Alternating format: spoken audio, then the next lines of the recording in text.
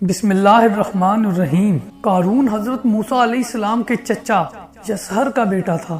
بہت ہی شکیل اور خوبصورت آدمی تھا، اس لیے لوگ اس کے حسن و جمال سے متاثر ہو کر اس کو منور کہا کرتے تھے۔ اس کے ساتھ ساتھ اس میں یہ کمال بھی تھا کہ وہ بنی اسرائیل میں تورات کا بہت بڑا عالم تھا اور بہت ہی ملنسار و با اخلاق انسان تھا، اور لوگ اس کا بہت ہی ادب و احترام کرتے تھے۔ لیکن بے شمار دولت اس کے ہاتھ میں آتے ہی اس کے حالات میں ایک دم تغیر پیدا ہو گیا، اور سامری کی طرح منافق ہو کر حضرت موسیٰ علیہ السلام کا بہت بڑا دشمن ہو گیا اور اعلیٰ درجے کا متکبر اور مغرور ہو گیا۔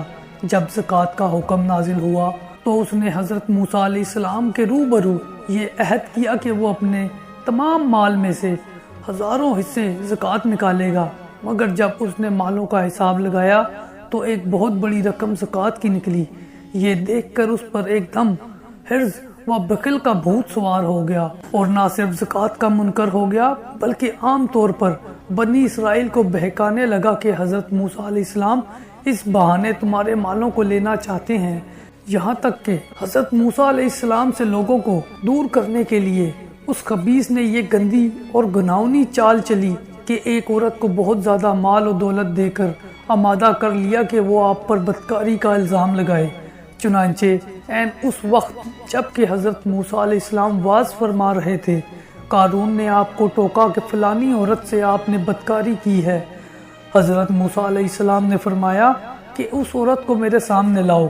چنانچہ وہ عورت بلائی گئی تو حضرت موسیٰ علیہ السلام نے فرمایا کہ اے عورت، اس اللہ کی قسم جس نے بنی اسرائیل کے لیے دریا کو پھاڑ دیا اور عافیت و سلامتی کے ساتھ دریا کے پار کرا کر فرعون سے نجات دی، سچ سچ کہہ دے کہ واقعہ کیا ہے۔ حضرت موسیٰ علیہ السلام کے جلال سے عورت سہم کر کانپنے لگی، اور اس نے مجمع عام میں صاف صاف کہہ دیا کہ اے اللہ کے نبی، مجھ کو قارون نے کثیر دولت دے کر آپ پر بہتان لگانے کے لیے آمادہ کیا ہے۔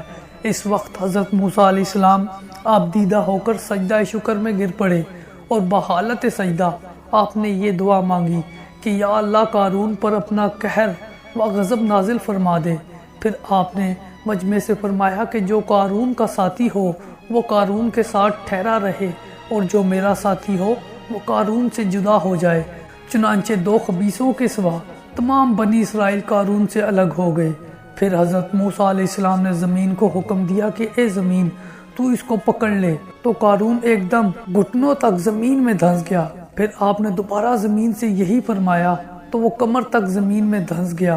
یہ دیکھ کر قارون رونے اور بلبلانے لگا اور قرابت و رشتہ داری کا واسطہ دینے لگا، مگر آپ نے کوئی التفات نہ فرمایا، یہاں تک کہ وہ بالکل زمین میں دھنس گیا۔ دو منحوس آدمی جو قارون کے ساتھی ہوئے تھے لوگوں سے کہنے لگے کہ حضرت موسیٰ علیہ السلام نے قارون کو اس لیے دھنسا دیا تاکہ قارون کے مکان اور اس کے خزانوں پر خود قبضہ کر لیں۔ تو آپ نے اللہ تعالیٰ سے دعا مانگی کہ قارون کا مکان اور خزانہ بھی زمین میں دھنس جائے۔ چنانچہ قارون کا مکان جو سونے کا تھا اور اس کا سارا خزانہ سبھی زمین میں دھنس گیا۔ قارون کا خزانہ اس کو قرآن کی زبان سے سنیے، اللہ تعالیٰ کا ارشاد ہے کہ ہم نے قارون کو اتنے خزانے دیے تھے کہ ان خزانوں کی کنجیاں ایک مضبوط اور طاقتور جماعت بامشکل اٹھا سکتی تھی۔ قرآن مجید میں ہے ترجمہ، بے شک قارون موسیٰ کی قوم سے تھا، پھر اس نے ان پر زیادتی کی، اور ہم نے اس کو اتنے خزانے دیے جن کی کنجیاں ایک زور آور جماعت پر بھاری تھی۔ حضرت موسیٰ علیہ السلام نے قارون کو جو نصیحت فرمائی وہ یہ ہے کہ جس کو قرآن مجید نے بیان فرمایا ہے۔ اسی خیر خواہی والی نصیحت کو سن کر قارون حضرت موسیٰ علیہ السلام کا دشمن ہو گیا۔ اور کیجئے کہ کتنی مخلصانہ اور کس قدر پیاری نصیحت ہے جو حضرت موسیٰ علیہ السلام کے ساتھ ساتھ ساری قوم قارون کو سنا رہی ہے۔ ترجمہ، جب اس کی قوم نے کہا اترا نہیں، بے شک اللہ اترانے والوں کو دوست نہیں رکھتا، اور جو مال تجھے اللہ نے دیا ہے اس سے آخرت کا گھر طلب کر اور دنیا میں اپنا حصہ نہ بھول، اور احسان کر جیسا اللہ نے تجھ پر احسان کیا ہے، اور زمین میں فساد نہ چاہ۔ قارون نے اپنے مال کے گھمنڈ میں اس مخلصانہ نصیحت کو ٹھکرا دیا اور خوب بند سنور کر تکبر اور غرور سے اتراتا ہوا قوم کے سامنے آیا اور حضرت موسیٰ علیہ السلام کی بدگوئی اور اعزار ثانی کرنے لگا۔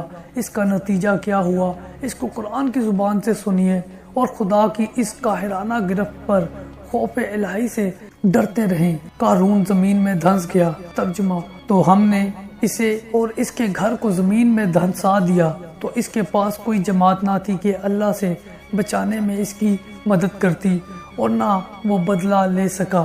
یہ عبرتناک واقعہ ہمیں یہ درس دیتا ہے کہ اگر اللہ تعالیٰ مال و دولت عطا فرمائے تو اس فرض کو لازم جانے کہ اپنے اموال کی زکوٰۃ ادا کرتا رہے، اور ہرگز اپنے مال و دولت پر غرور اور گھمنڈ کر کے نہ اترائے، کیونکہ اللہ تعالیٰ ہی دولت دیتا ہے، اور جب وہ چاہتا ہے پل بھر میں دولت چھین لیتا ہے۔